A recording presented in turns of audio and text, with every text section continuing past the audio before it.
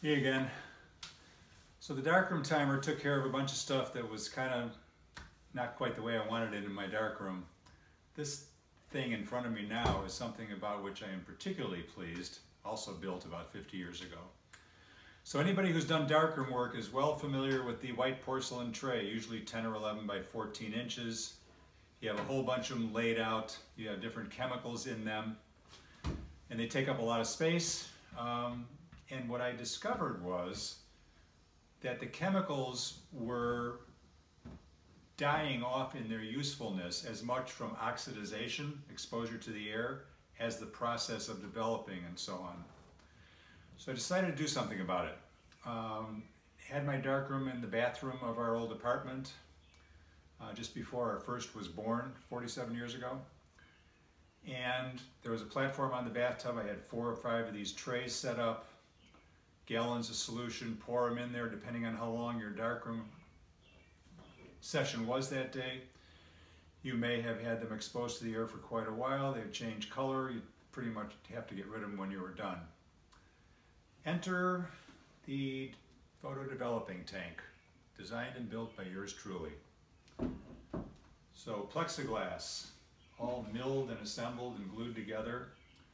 And what we've got here is a 5-chambered 11 by 14 item, which takes the space of 1 tray, holds about a gallon of each solution in each of these 4 compartments: developer, stop, fixer or hypo, fixer or hypo eliminator. And on the back side, water in, water flow out, a circulating rinse tank. So what happened here, little rubber hoses that come out of the bottom with clamps on them. You pour your solutions in, you do your work, you can see through the sides and see what's going on with the photos. You have minimal air exposure. When you're done, you dump it back into the bottles. And the cool part was, when you go from developer to stop, there's some liquid on the paper that goes in here and diminishes this solution's capacity to work. And likewise going from the stop to the fixer. So each time you go from paper, bin to bin, or tray to tray, you're diluting the chemicals. So since I had a circulating water bath right here, I would take my up to 8 by 10 photo paper out of the stop, out of the developer, rinse it before I put it into the stop, rinse it before I put it into the fixer, rinse it before I put it into the fixer eliminator, and then put it in for the amount of the standard rinse time that you want to do in water anyway, all in the space of 1 tray. And in a small darkroom, it was a lifesaver. It also made my chemicals last, I don't remember exactly how much longer, but much, much longer. The chemicals are diminished by the photo developing process, the silver operation that makes pictures so magical, and oxidization and dilution from one to the next. So this just solved it all. I had access to sheet plexiglass. I milled out every corner. These are all rabbited in. They're not just joined, but joined. And 50 years later, it's solid and waterproof, and it's still as good as the day I made it. But this was a lifesaver.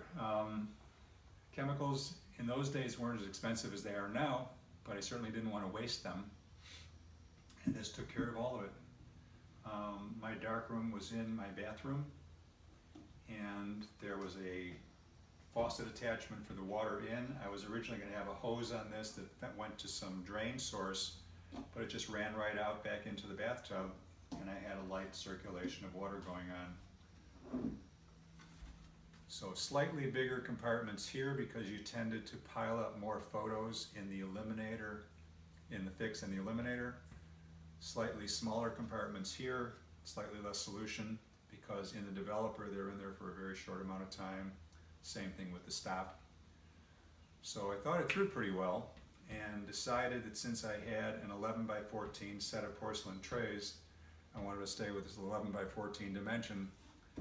So it was pretty much 1/4 the footprint of this array of trays I had, and a pretty good saving chemicals. So fun thing, glad I built it.